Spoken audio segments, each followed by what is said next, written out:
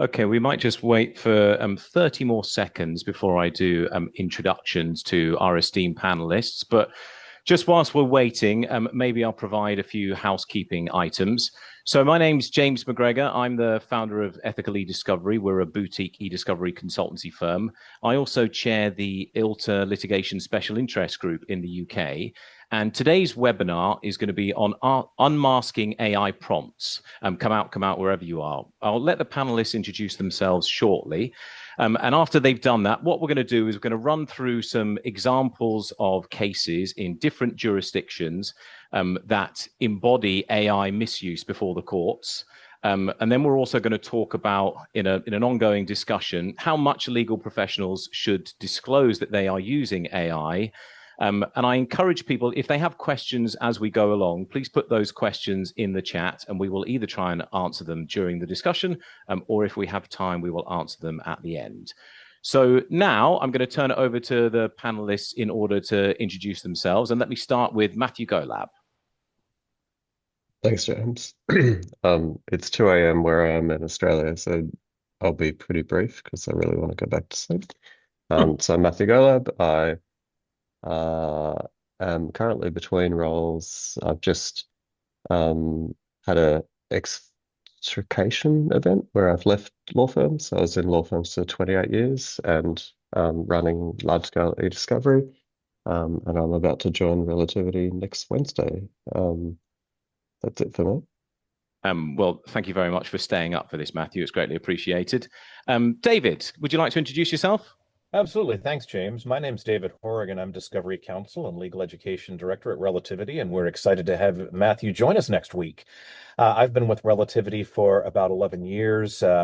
Before that, I was analyst and counsel at 451 Research, part of SPT Global, and former reporter for the National Law Journal. And so we run our CLE programs here, and looking forward to talking about some of our case law from the United States as well as some research data on whether or not people are disclosing those prompts.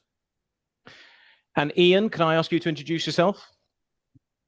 Yes, hello. My name is Ian Mitchell KC, and I'm a member of both the Scottish Bar and separately of the English Bar. I'm chair of the Scottish Society for Computers and Law. I'm a member of the Bar Council's IT panel and also a UK expert on the IT committee of the Council of Bars and Law Societies of Europe.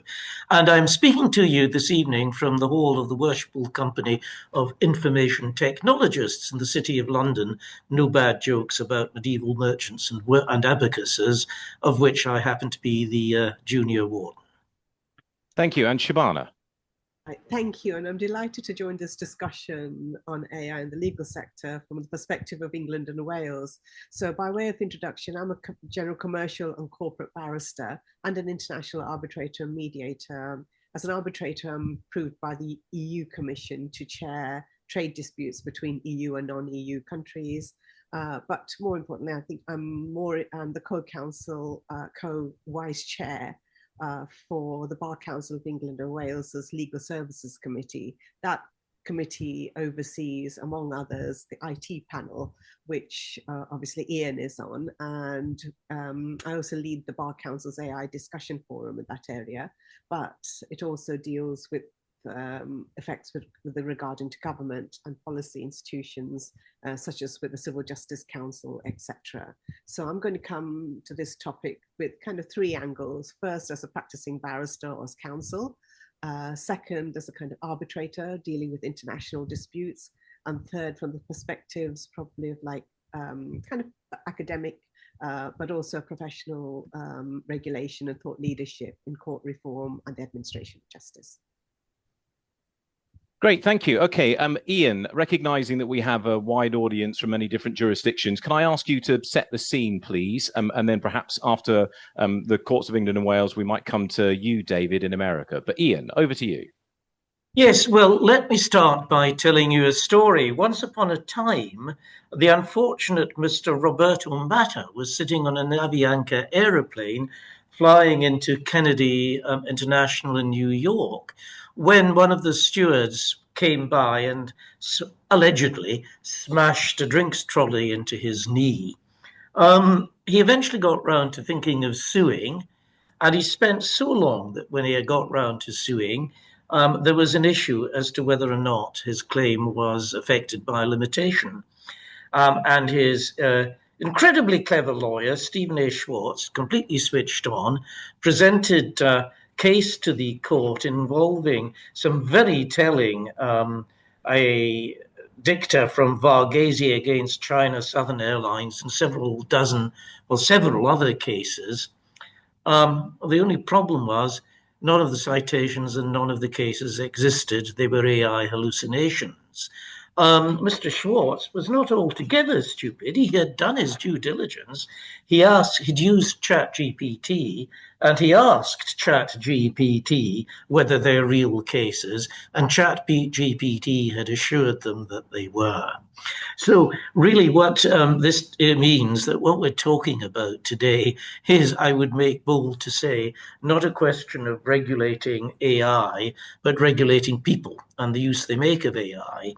And Shobana and I, as she mentioned, are both on the IT panel of the Bar Council. And as soon as this case is published, 2023, we rushed down to the Bar Council offices and dashed off a first draft of guidance to the to barristers in England on the topic. And of course, such are the processes of the Bar Council that the wheels ground incredibly slow. And sadly, at the end of the day, well, it was all published, much improved as far as the technicalities are concerned, but I fear minus the jokes, which were the only things that made it really worth reading. But that then got some currency, and another, the Law Society, a whole range of other providers started issuing AI guidance, and it all came to light in a case in the King's Bench Division, two cases joined together. Indi against the London Borough of Haringey and Al Haroon against Qatar National Bank, which is in June 2025. Sorry, I just had to kill a message there. In June 2025. There was a slight contrast between the way in which the two the guilty lawyers, they'd used AI hallucinations, dealt with the matter. The first one, a sort of went on the attack, and how dare people question. The court, the other one, owned up to the mistake. The court went to some detail to look at the various forms of regulations, to look at the guidance that had been issued, to warn people of the hierarchy of outcomes which would occur, leading from, at the extreme, perversion of the Court of Justice, to at the least extreme being reported to the professional regulator, with all points in between. And the court also cited our Bar Council guidance. The Bar Council guidance was, in the light of this, in a rather incestuous process, revised to include reference to this. So that's the kind of starting point in England. Shobana's got some more to tell you about how things have developed. The guidance is quite lengthy. I won't take you through it now, but we'll maybe get into it in discussion. But there's quite a lot of interesting material there. I was tempted to give English barristers, in using AI for their presentations in court, the same advice that Noel Coward gave to Mrs. Worthington regarding her daughter's thespian ambitions. You can figure that one out, but the song is, "Don't put your daughter on the stage, Mrs. Worthington, don't put your daughter on the stage." But it's a bit more nuanced than that. And there's now, it's a big problem. There is now a website you can go to which has got this happening all over the world, including amusingly in Texas, where there were two experts doing expert reports on AI-generated expert reports, and wonderful irony of ironies, they'd used AI to generate their reports. That makes entertaining and amusing reading. But I think, and also it's worth mentioning that the Dean of the Faculty of Advocates in Scotland has put out some really very detailed, highly technical and excellent advice. But where we sort of come to in this very quick race around the course, and it was a very quick one, is that remember that if you're deploying AI in court, indeed in deploying AI at all, you have a professional responsibility. You can't blame the AI if it hallucinates or it gets it wrong or it flies off at a tangent any more than if I were to stab you with a knife, you would sue the knife. Shobana Thank you. Thank you, Ian. Yeah, Shobana, and then I'll come to you afterwards, David, in order to pick up the US points. But Shobana, please take it. Thank you, Ian. And that a wonderful website which I use a lot, and I think people probably know about, is Damien Chalotin's, and I'll put the links in the chat for that website, but also the Bar Council's guidance on the latest updated guidance, because we did do the initial one back in, as Ian says, 3 years ago. Around June 2023, when we heard about that case in New York trying to protect barristers here, etc., on the use of it, because we knew that there were litigants in person using ChatGPT, etc., in certain cases in Manchester at that point of time.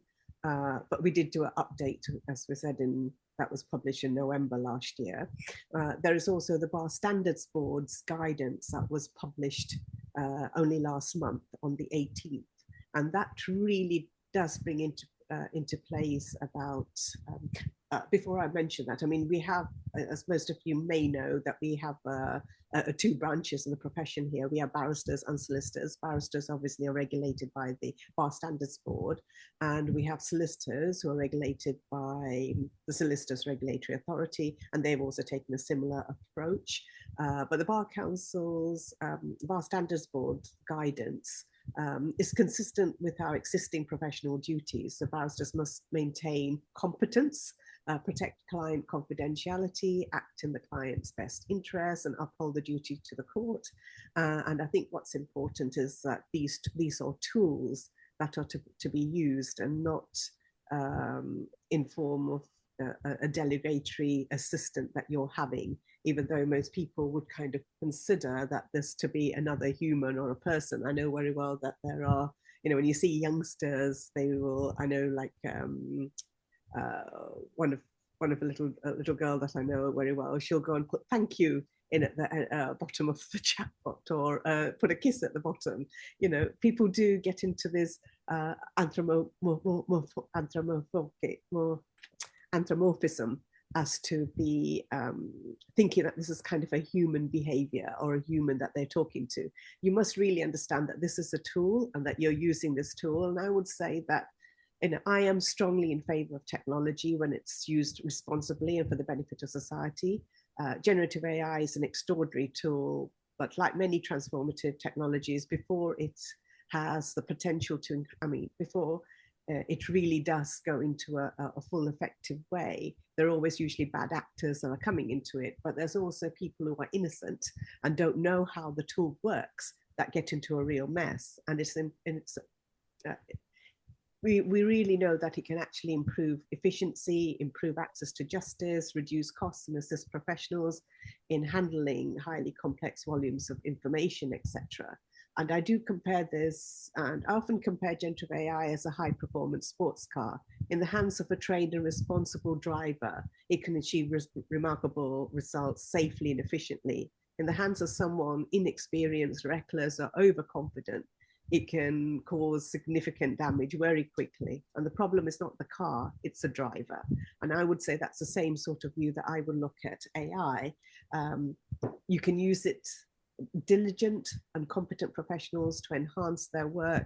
Equally, if it's misused by bad actors seeking to deceive, or those who are careless or lazy, or by individuals who lack the necessary expertise but use AI to create an illusion of knowledge and competence, and then they get caught out, that's where challenges do happen. And one of the challenges for the legal profession is that generative AI is capable of producing answers that sound very authoritative, persuasive, and convincing, even when they're completely wrong.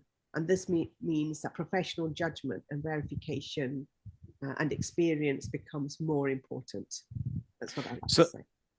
Thank you very much. And I think we might come on shortly to perhaps providing the audience with some clear examples whereby AI, with the right guardrails, is appropriate for use by legal professionals. But before we get there, David, can I move over to you and ask you to provide an overview or some cases in your jurisdiction where we've seen clear evidence of misuse?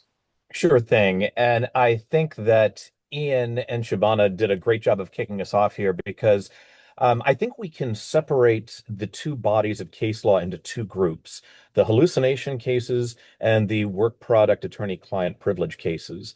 The hallucinations cases got an early start, as Ian mentioned, with Mata v. Avianca, Inc., and that was in 2003. And if we turn the clock back, ChatGPT became commercially available in the fall, November of 2022. So it was only half a year later that Mata occurred, and there were decisions in Mata in both May and June. And I think, like a lot of observers, like, okay, this was widely publicized, not only in the legal press, but also in the mainstream press. It was a lead story in the New York Times, and people seem to have thought, okay, we have got this covered now. Well, maybe not. And both Ian and Shabana made references to Damien Charlaton's database. And if you take a look at that, I believe as of yesterday, it was 1,641 cases across the world. So the message has not gotten through on hallucinations yet. And although a lot of them are pro se or self-represented litigants, not always. Mata were two fairly sophisticated lawyers. They may not have been IT technicians, but these were not pro se litigants, and they were not junior lawyers. They had a high degree of experience in the law, just not with ChatGPT or with other generative AI products. And you find that the sanctions differed. There was a case coming out of South Africa that said, the professional embarrassment is quite enough. Whereas in the United States, we've had cases with really draconian sanctions. Some of the cases required counsel to report to bar authorities in any jurisdiction where they were currently practicing. And Mata v. Avianca had one of those as well. And what we see on these is the old saying, the cover-up is worse than the crime. And time again, we see in cases where there's been contrition, they're admitting that these things happened right away. The sanctions are far less. But the sanctions have really gone the spectrum in these hallucination cases. More recently, we've gotten into questions of whether the attorney-client privilege or the work product doctrine apply. And as there so often is in the law, there's a split of authorities. It's interesting which one is the apparent case of first impression, because the Munir case in the United Kingdom was actually handed down in November of last year, but it wasn't published until later this year. In the interim, we had two United States cases that just coincidentally came out on the same day. That was Hepner in the Southern District of New York, and then there was Warner v. Gilberto, which was another federal case. Just by coincidence, they came down on the same day, but they reached different conclusions. In Hepner, the court came down and said that there was neither attorney-client privilege protection, nor were there protections under the work product doctrine. And there were a couple of things about Hepner to remember. One of them is that Hepner was a criminal matter. Most of these cases are happening in civil matters, where in the United States, at least, the Federal Rules of Civil Procedure will apply, and Hepner's a criminal case. What was interesting in Hepner is this was a litigant who was represented by counsel in the criminal matter, and he was doing the generative AI research on his own. And he was not doing it under the instruction of counsel, and that became key. However, like I said, on the very same day, Warner v. Gilberto comes out, and the court makes an interesting observation on this one that flies in the face. And usually I don't like to read from court opinions, but James, I did this when we were together in London, and I think this one is worthwhile mentioning in Warner v. Gilberto. Because it is one where the court has really come down and said that there's no case law on this. And let me just quote here for a minute. The court wrote, additionally, the court agrees with plaintiff that the pursuit of this information is, quote, a distraction from the merits of the case, and the defendant's theory, which is supported by no case law, but only a Law 360 article posing rhetorical questions, would nullify work product protection in nearly every modern drafting environment, a result no court has endorsed. Now, once again, the Heppner court endorsed it on the very same day. They just weren't aware of each other's decisions. But what's key here is on the generative AI application, one of the reasons that the judge in Heppner said that work product protection was waived because you had disclosed it to another party. And that was because by the terms of service of the generative AI application, they could go in and they could see what was being done. And so that was a major issue. What the court says, and subsequent courts such as Morgan have agreed, is that you've got to have waived that by releasing the information to an adverse party. The training models on AI applications are not going to be adverse parties. And so that was a really important distinction that they made in these cases. So we really do have a split of authority. And what it comes down to is a big thing that they are saying is you've got to go in and you want to use an AI platform that is specifically designed for legal use, where you are not using training data that is going to be given out to the general public. And it doesn't have to be any particular platform, but just a platform that is specifically used for legal and is designed for legal use, so you are not involuntarily waiving the work product protections. Thank you, David. Matthew, coming along to you, are there any cases on Damien's list that you can share with us from your jurisdiction? And then perhaps you could also lead us into the next point that we wanted to cover, which is how much should legal professionals disclose that they are using AI? Thanks, James. So Australia is a lot smaller jurisdiction to my esteemed colleagues in the Northern Hemisphere, but we've had 74 cases so far in the Wall of Shame, and the majority, 54, are self-represented litigants. That's obviously an enormous boon for self-represented litigants. Sorry, I don't mean to say that hallucinated case citations are a boon. What I mean to say is the advent of generative AI technology should eventually really, really help self-represented litigants in being able to not take up the court's time in spurious hallucinated events. But we've had 19 where there have been fairly major ramifications. Some I'm not going to specifically point out example cases, but the majority, similar to what Ian and Shabana were saying, were definitely sent to their respective regulatory authorities, and some are no longer practicing or no longer able or no longer having an unrestricted practicing license. So it's fairly major.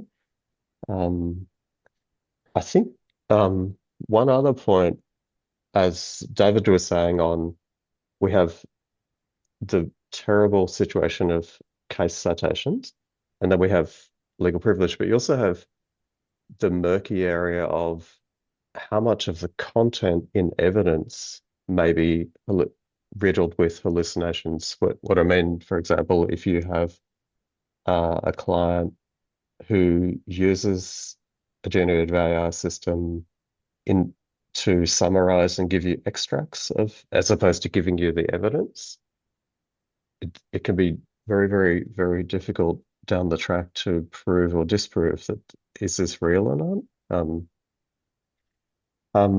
Sorry, what was your second question, James? I'm a bit tired because it's 2 a.m. here. Of course, yes, of course. In terms of how much, and so let's separate the litigants in person examples that you gave there. But if we're talking about cases before the courts where law firms or barristers or legal professionals have used AI whilst working on their case, how much do you think they should disclose that use? So we have, so in Australia, we have guidance for each of the state and territory Supreme Courts. So they have, with one or two exceptions, they've released practice notes or practice guidance on how people should or shouldn't use generative AI. And the federal court has, some of the tribunals have, the High Court hasn't. And so it's, of course, the answer, James, is it depends what the rules are for the solicitors or the barristers.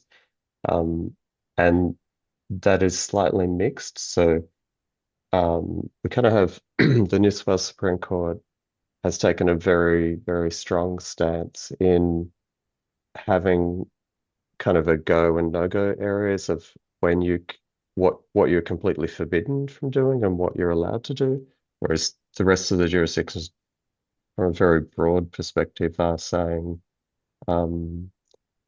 it's up to your professional responsibility. You are signing off on your work, and you need to, if you're questioned, you need to provide evidence, but you don't have to disclose if you're using AI. So I think that nicely segues, Ian, back to when you were putting together the guidance for the Bar Council, how you were determining exactly that question. So how much should professionals disclose the use? Taking your analogy that you can't blame the knife for the crime. In fact, the responsibility lies with the individual.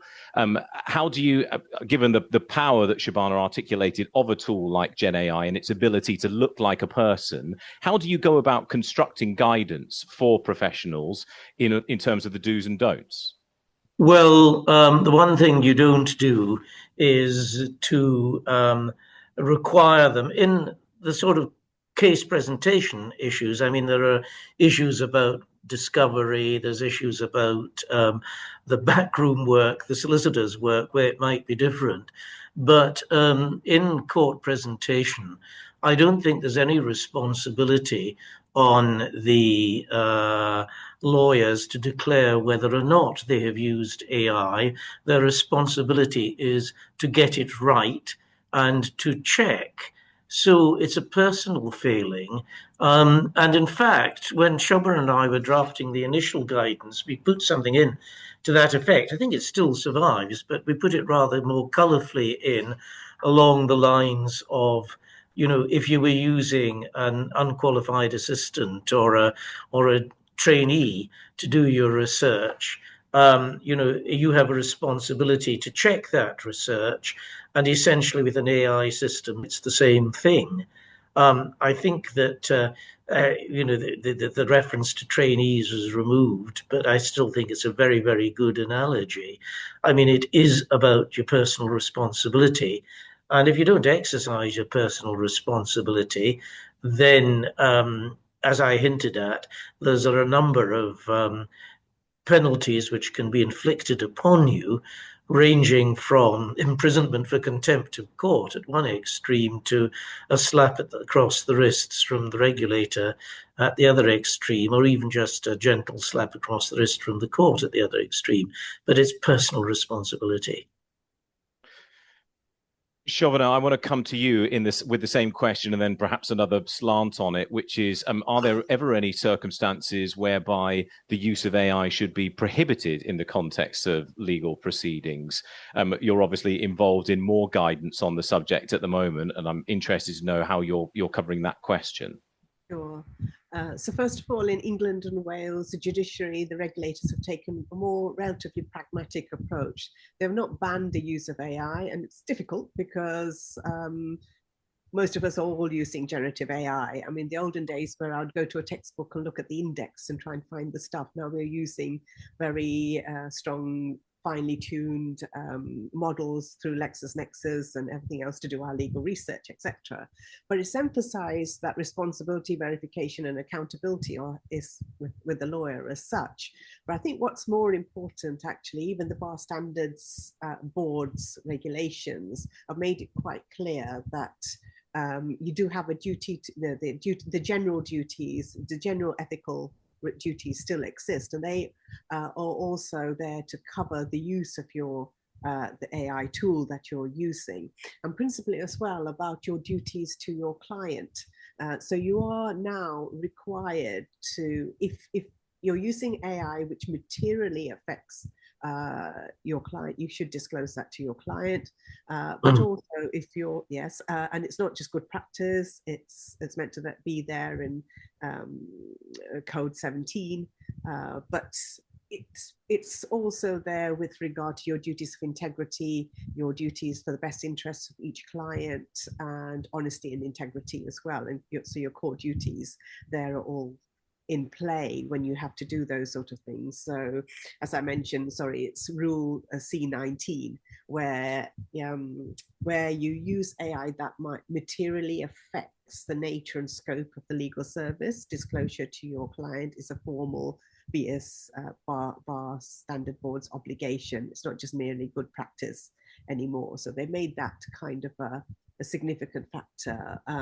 But obviously, if the matter does end up into the court, etc., whether you are required to give disclosure, I think it really depends a lot on the case and how you've used it, or you're not supposed to obviously mislead the court in any way in that sort of way, which is the sort of inklings that have been happening in the recent cases, such as the Pinsent and Mason's case, exactly, where a similar situation where a junior lawyer tried to provide kind of information with regard to an insolvency rule that was wrong. And when the judge did ask for, I do think there's something odd here with a letter, they just replied back because the junior lawyer trainee just looked and put it back into the AI system. And even though the AI system asked them to verify it and say that, I'm not sure whether this is correct or not, the junior lawyer didn't take any of that information into context and just resubmitted it again, instead of looking at primary sources like the legislation, like the rule itself as to what the rule actually says, but instead of that, just putting the information through. But that's with the Solicitors Regulatory Board, and obviously they've Pinsent and Masons quite professionally went and self-declared that to their regulatory board, etc. But there are sanctions that can happen from anything from wasted costs orders, which is what most of the cases have been, apart from the public reputational issues, but maybe a strikeout of the claim, and of course referral to either the Bar Standards Board or the SRA, the Solicitors Regulatory Authority. That could also lead to disciplinary proceedings and even possibly contempt of court. And in serious cases, particularly, I deal mainly with the civil matters, but in the criminal side of things as well, it could actually refer to the police where deliberate or misrepresentation is suggested. And I think that's where the problem is. I think where I'm coming from it, and I'm part, as you mentioned, I'm part of other working groups. One of the other important working groups is the Civil Justice Council's working group on the use of AI. They actually the Civil Justice Council actually set up a working group last year to look into whether we needed to change the civil procedure rules with the use of AI in civil proceedings. But the ambit is quite small in the sense that we're only looking at the use by legal representatives, so not litigants in person. So you'll notice that most of the cases, thankfully, that have been used by hallucinations, etc., have been done predominantly by litigants in person. But where you've got a regulated lawyer on to do regulatory litigation, we do have our codes of practice, our standards, and we're strongly regulated. And I think the idea is that if you do have a lawyer that's involved, that's regulated, they take full responsibility because your regulators take full responsibility of it. So the consultation's been out. We're going through the report to try and create a report out that should be published later on next month or in the near future, as to whether we need to change any of the rules on that, and possibly lead to further consultations with regard to litigants in person, etc. That might come into play. But all in all, I think at the end of the day, it's all about my view is whether disclosure should be proportionate and context specific as well. And there is this issue as to disclosure to your clients, but also how your clients may be using it as well. So sometimes you might find that you will get information, and I think really trying to understand how do you deal with your clients using this different forms of LLMs, and they come to you with issues. I've got it. I'm coming to you next, Matthew, and then to you, David, just to warn you in advance, but interested in all the panel's thoughts. We've talked a lot about AI misuse in the context of perhaps shortcutting what should have been more thorough due diligence by legal professionals. But is there an argument to say that in some instances, actually there's an obligation on legal professionals to use AI because it's going to surface information faster, or it's going to reduce the amount of time and cost spent on an exercise? And as such, you can't, it could be argued that to eschew AI is actually in breach of your duties, because in fact, what you should be doing is using the latest technology to try and to keep your costs down and reduce the time spent on an exercise. Matthew, what are your thoughts on that? Certainly a general principle in the Australian courts that the solicitors and the barristers are encouraged to use technology because they want swift resolutions and access to justice, I guess. So yes, I would say yes. It's just obviously, I guess, the multi-factors of cases take a long time before there's a decision or they become published, and humans are involved, and the multi-dimensions of time and also the immaturity that it's quite possible that someone may have used ChatGPT or one of the other early ones in late 2022 that isn't yet before the courts and will become before the courts. But that system, if you use it today in 2026, may be vastly superior and may not have the same, like you may enter exactly the same parameters and get completely different results without hallucinations. David, can you imagine a scenario in the future whereby a lawyer might find themselves in front of their standards board for not having used AI because, in fact, the process that they undertook to defend their client or to litigate against an opponent was far more costly and burdensome than it would have been had they used the appropriate technology? It is difficult to see a lawyer going before a disciplinary board in the United States for not using AI. However, you could construe your question another way and saying perhaps there is a duty to use it because, at least in the federal courts under Rule 1, and a lot of the state courts model their rules after the federal rules. But the Federal Rule of Civil Procedure 1 provides that the rules should be construed, administered, and employed by the court and the parties to secure the just, speedy, and inexpensive determination of every action and proceeding. So you could absolutely interpret that to say, if you can do this legal work more speedy, more just, and more inexpensively by using AI, then you've got an obligation to do it. Having said that, as we've discussed all throughout the day, there's splits of authority on this. Judge Brentley Starr out of the federal court, in one of the federal courts in Texas, came out early in the Gen AI era and prohibited parties from using generative AI in his court. Other courts, back to your disclosure question, have said that you do have a duty to disclose, at least in their courts, that you have to disclose. And so these issues are coming down. Interestingly enough, we have research data that we're going to be publishing later this year in its final form that shows many legal practitioners are not disclosing their use of AI.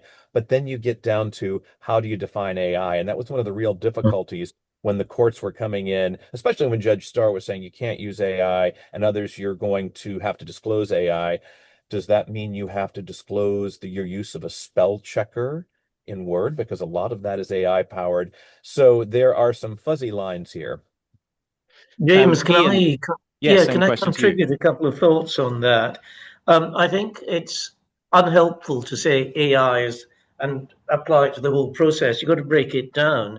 You know, AI is undoubtedly useful in speeding up the wheels of justice, allocating trial diets, etc. AI has a very clear function in things like electronic disclosure, which would itself speed up the disclosure process and feed into the first objective of speeding up the entire litigation process. But I think when you get to AI in preparing submissions, it gets a bit more equivocal, and I'll come back there in a minute. But of course, the next level is AI in judicial decision making.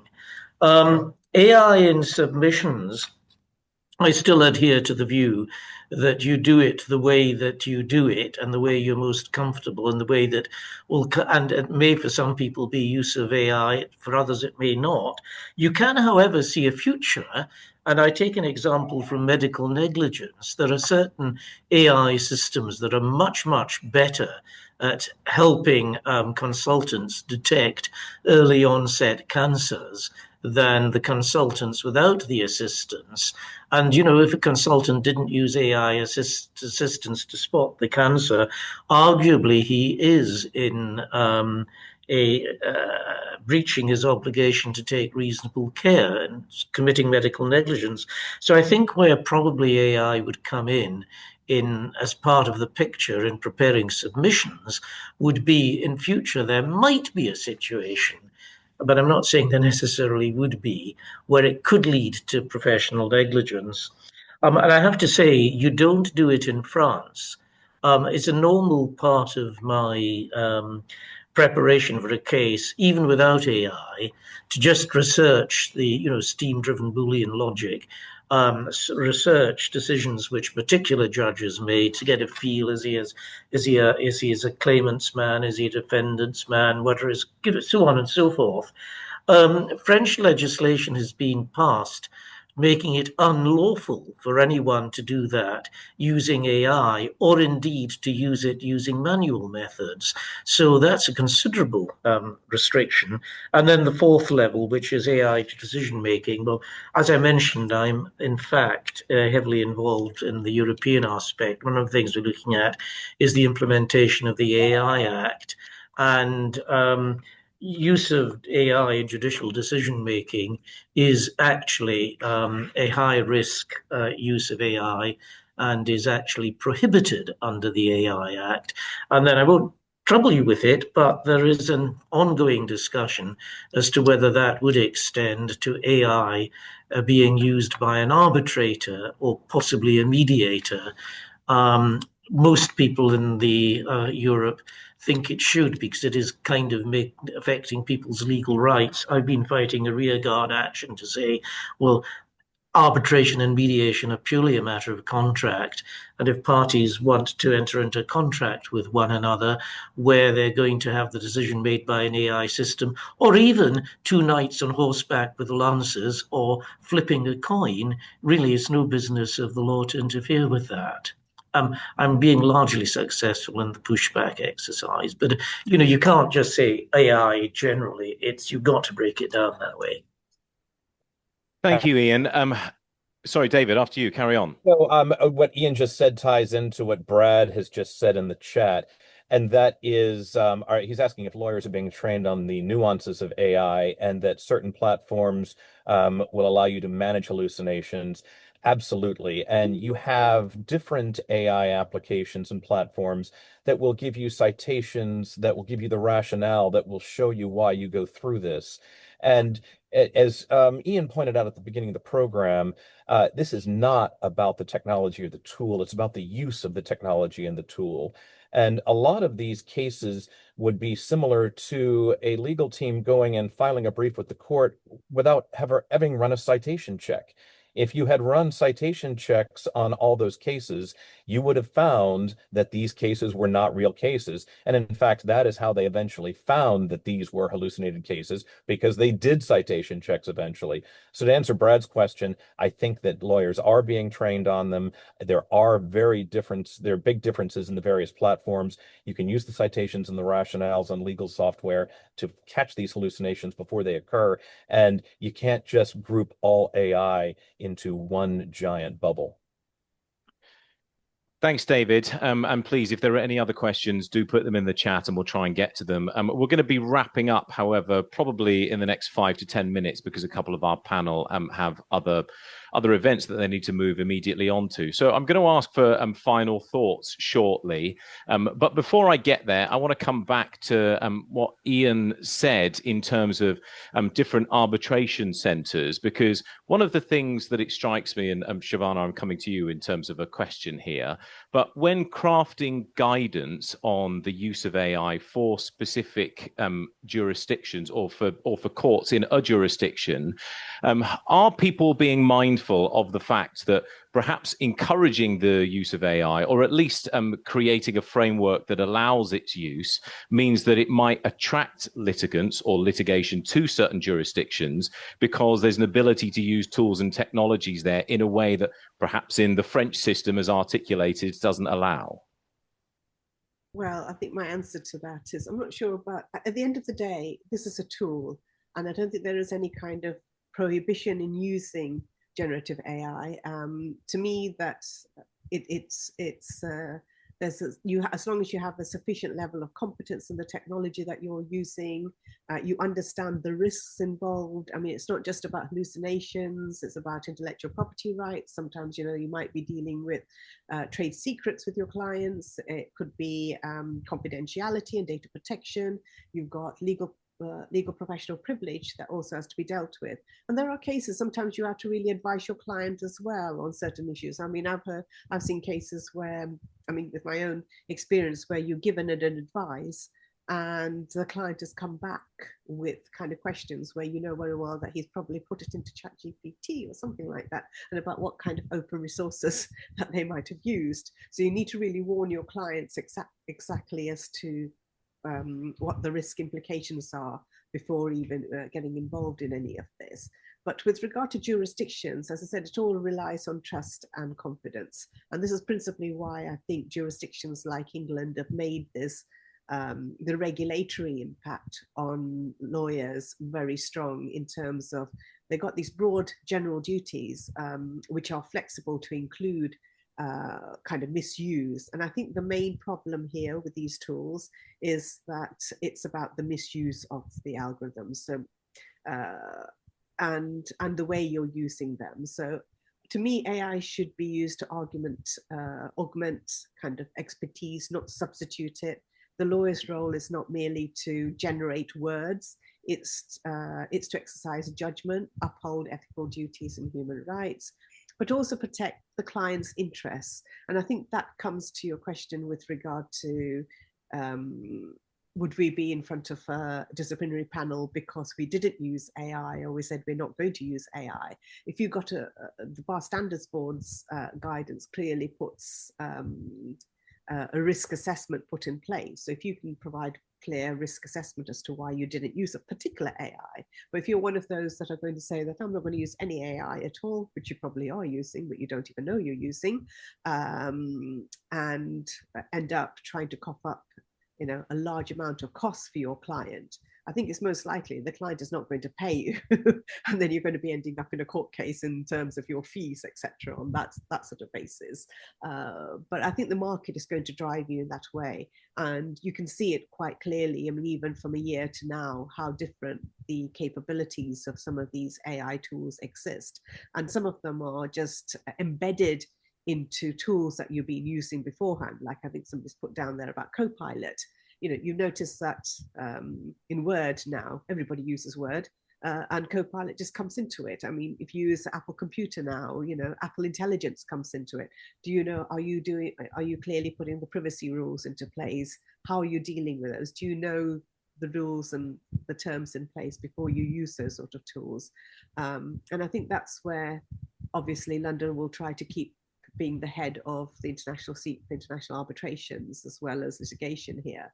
But following on from Ian's mention, I think even with arbitrations, I think there's going to be a balance between arbitrators to deal effectively at the start, or maybe with the procedure order at the start, to decide whether they're, how artificial intelligence and generative artificial intelligence is going to be used, because majority of the time there will be things such as transcription or grammar corrections, etc., that may be happy, but there may be other situations where you're looking to try and review large amounts of documents, etc., that's agreed by the parties. So there's a balance between party autonomy versus due process, because at the end of the day, every arbitrator wants to know and find out that their award will be enforceable under the New York Convention. So they'll want to make sure that they have actually complied and they did a due process, not to be challenged afterwards to say, oh yes, AI was produced in X.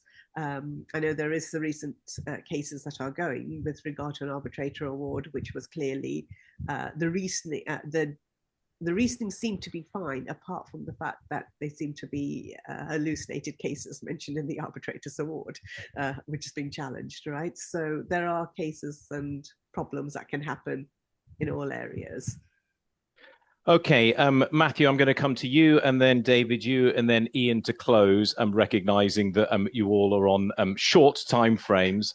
But I guess my final question is, in terms of what's the future going to look like for AI regulation? Are we going to see many more cases on this growing list, Matthew? Or is it going to be that actually there will be much clearer guidance such that people know exactly how to use these tools under what circumstances? I think all of the above, James, that yes, there will be a lot more cases. Simply the fact that there's a significant lag between when a proceeding commences to when the proceeding finally hits the judgment, the decision. Yes, there'll be a lot more regulation, and it's the spice of life that we all have different jurisdictions. And there's different takes on things. So the thing I worry about is deep fakes in terms of audio and video, and whether you can prove or disprove, is that actually real from an evidentiary perspective? That's what I worry about. I also worry about, not that you asked me to give you my worries, but I'm giving them to you anyway. But they're on your mind, so please share them. So transcription devices and how all pervasive these automatic transcription, like on this Zoom meeting, I don't know if Zoom AI is doing it, but it's not, it's very, very, very good, but it's not perfect. Humans aren't perfect either, but in the court, having a stenographer, it is a profession, and they are very, very, they're regulated, but they're very highly trained. And so yes, I worry about transcription and the kind of mass pollution of evidence is what I worry. Thank you, Matthew. David. Thank you. Absolutely. To answer your questions on this, number one, there is guidance. There will be more guidance in the future. Sadly, I think we are going to get more hallucinated cases. For our American viewers, I'd encourage you to check out ABA Formal Opinion 512. It's a couple of years old, but it gives you a roadmap through the various model rules of professional conduct that you'll need to use. There will be more court standing orders. The EDRM has a list of various court standing orders on whether you've got to disclose it. You're going to see more cases on the work product doctrine and the attorney-client privilege. And I think that'll settle out pretty soon. But as far as hallucinations, they'll keep going, and look to that ABA guidance. It's really helpful. Thank you. And Ian, could you bring us home? You're muted.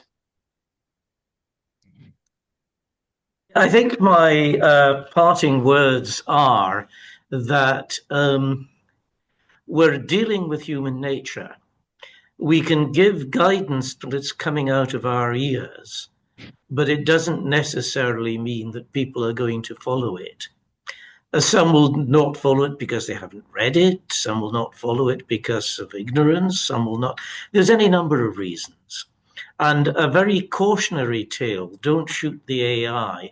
I'm sorry, it just occurred to me, so I forget the actual name of the case, but there's a recent case involving a large law firm, international law firm in England, which had generated submissions using the AI, and they were full of hallucinations.